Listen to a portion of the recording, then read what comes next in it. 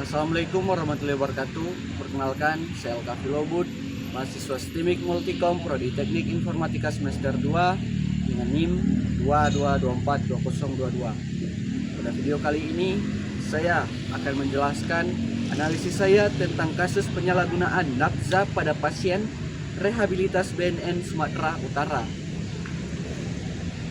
Yang sumber ini saya petik dari jurnal media akademik yang ditulis oleh Rasidia, Fadila, dan kawan-kawan. Tanggapan saya terhadap kasus ini adalah kasus ini menunjukkan bahwa penyalahgunaan narkoba bisa dimulai dari hal-hal yang sederhana, seperti rasa ingin tahu atau dorongan meningkatkan stamina kerja.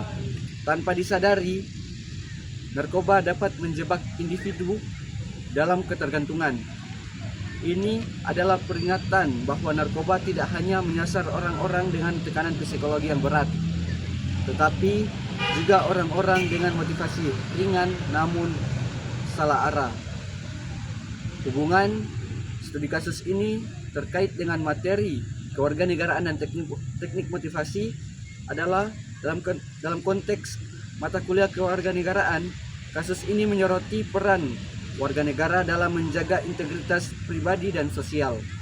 Sebagai warga negara yang baik, seseorang berkewajiban untuk menjauhi perilaku yang merugikan diri sendiri dan masyarakat, termasuk penyalahgunaan narkoba. Negara ini juga berkewajiban memberikan perlindungan dan rehabilitas untuk mengembalikan hak hidup sehat setiap warganya.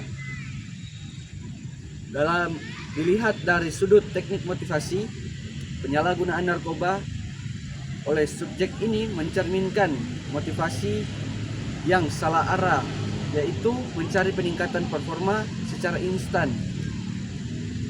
Padahal motivasi yang sejati, yang sehat dan berkelanjutan harus berasal dari dalam diri Anda sendiri, melalui pola hidup sehat, manajemen stres, dan lingkungan yang mendukung.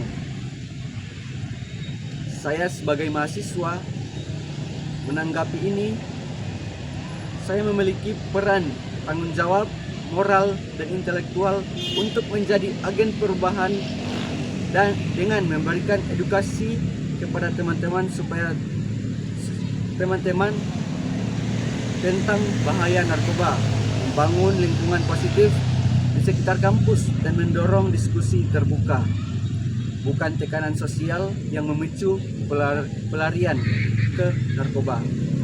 Meningkatkan literasi kesehatan mental dan manajemen stres sebagai alternatif positif dan penggunaan zat adiktif. Pelajaran yang saya dapat dari studi kasus ini adalah narkoba tidak mengenal status, bahkan orang biasa pun bisa terjerumus karena faktor sepele. Kesadaran dan kontrol diri Anda adalah benteng utama dari penyalahgunaan. Rehabilitas adalah kesempatan kedua, dan kita harus melihat penyalahgunaan bukan sebagai kriminal, tetapi sebagai orang yang perlu dukungan untuk pulih.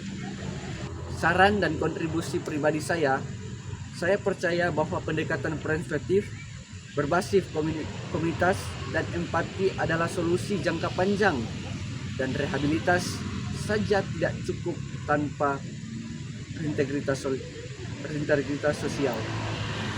Saya menyarankan peningkatan program penyuluhan berbasis kampus dan komunitas lokal, keterlibatan mahasiswa sebagai relawan edukasi anti narkoba di sekolah-sekolah dan di daerah yang rawan.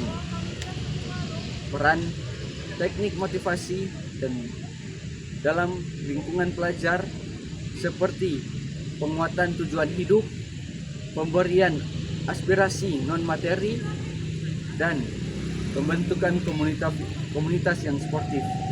Sebagai mahasiswa, saya siap terlibat dalam gerakan mahasiswa sadar narkoba dan mendorong kampus menjadi zona bersih dari narkoba.